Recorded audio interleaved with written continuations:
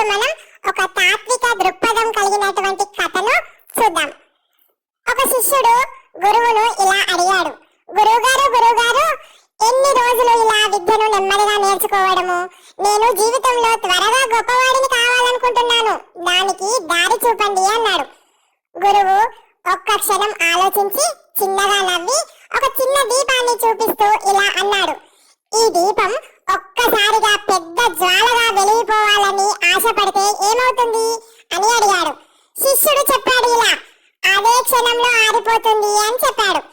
గురువు చిరునవ్వుతో మళ్ళీ ఇలా అన్నాడు, జీవితము అంతే, సహనం లేకుండా తొందరపడి ఎగబాకాలనుకుంటే మన సొంత శక్తిని మనం నాశనం చేసుకున్న వారిని అవుతాము. అందుకే నిదానంగా క్రమంగా వెలిగితే చిన్న దీపం కూడా చీకటిని పారద్రోలి వెలుగును ఎక్కువ కాలం పంచుతుంది. ఇందులో తాత్వికమైనటువంటి మాట ఏంటంటే, తొందర అనేది మనిషిని సమయానికి మించిన దాహంతో నాశనం చేస్తుంది అని, సహనం అనేది కాలంతో కలిసి నడిపించే జ్ఞానం అని తెలుస్తుంది. Thank you friends. Like, share and subscribe friends.